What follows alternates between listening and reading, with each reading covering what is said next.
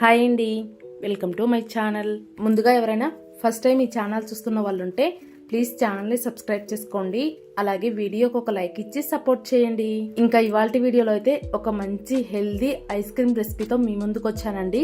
అసలు చక్కెర, బెల్లం ఇవేమి వాడకుండా చేసిన ఐస్ క్రీమ్ అనమాట. చాలా చాలా టేస్టీగా ఉందండి. తప్పకుండా ట్రై చేయండి. షుగర్ ఉండే వాళ్ళు కూడా హ్యాపీగా తినేసేయచ్చు. ఇంకా డైట్ చేసే వాళ్ళు మేము షుగర్ తినము అనుకునే వాళ్ళు కూడా హ్యాపీగా తినేసేయచ్చు అండి. పిల్లలకు కూడా చాలా చాలా మంచిదన్నమాట. తప్పకుండా ట్రై చేయండి. ఇంకా లేట్ చేయకుండా ఐస్ క్రీమ్ ఎలా ప్రిపేర్ చేసుకోవాలో చూపిస్తాను పదండి.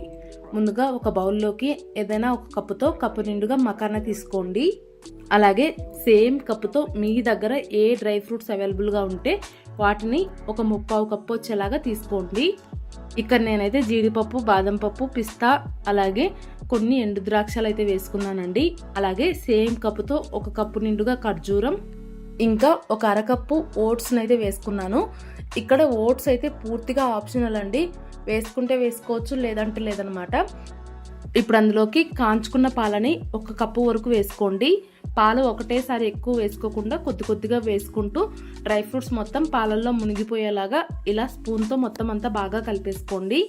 పాలైతే ఎక్కువగా పట్టవండి, ఒక కప్పు మైన పడతాయి అన్నమాట. ఇలా పాలు వేసుకొని మొత్తం అంతా కలిపేసుకున్న తర్వాత మీ దగ్గర ఉంటే కనుక కొద్దిగా కుంకుమ పువ్వు వేసుకోండి.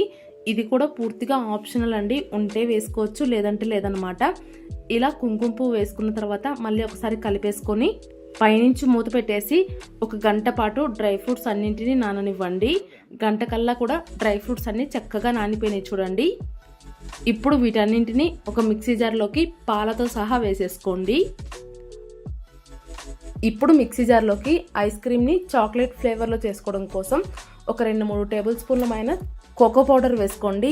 అలాగే ఇంకొంచెం స్వీట్నెస్ కోసం కొద్దిగా మిల్క్ మేడ్ని అయితే యాడ్ చేసుకుంటున్నాను. ఒకవేళ మీ దగ్గర మిల్క్ మేడ్ లేకపోతే దీని ప్లేస్లో మిల్క్ పౌడర్ కూడా తీసుకోవచ్చు. ఇప్పుడు వీటన్నింటినీ మిక్సీని మధ్య మధ్యలో ఆపుకుంటూ ఫైన్ పేస్ట్ లాగా మిక్సీ పట్టేసుకోవాలి. చూస్తున్నారు కదా, మిక్సీ పట్టుకున్న తర్వాత అయితే ఇలా రెడీ అయిపోతుంది.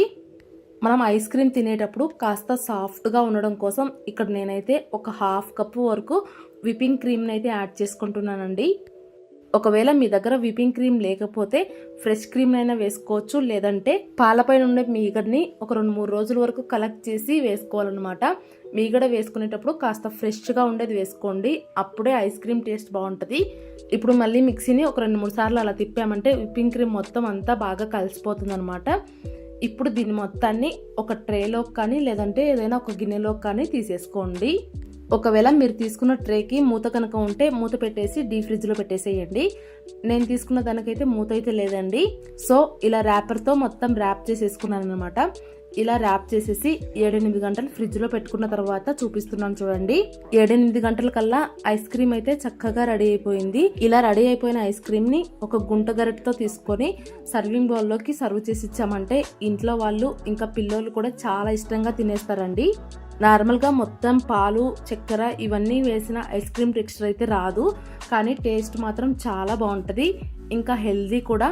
మీరు కూడా ట్రై చేయండి. ఇంట్లో ఎవరైనా షుగర్ పేషెంట్లు ఉన్నా లేదంటే పిల్లలు రెగ్యులర్గా ఐస్ క్రీమ్ అడుగుతున్నా కూడా ఇలా ఒక్కసారి చేసి చూడండి. పిల్లలకైతే చాలా బాగా నచ్చుతుందండి. ట్రై చేసి మీకు ఎలా వచ్చిందనేది ఖచ్చితంగా కామెంట్ చేసి చెప్పండి. అలాగే ఈ వీడియో మీకు నచ్చినట్లయితే ఒక లైక్ ఇవ్వండి. అలాగే మీ ఫ్రెండ్స్ అండ్ ఫ్యామిలీ మెంబర్స్కి షేర్ చేయండి. కొత్తగా చూస్తున్న వాళ్ళు సబ్స్క్రైబ్ చేసుకొని సపోర్ట్ చేయండి. Thank you.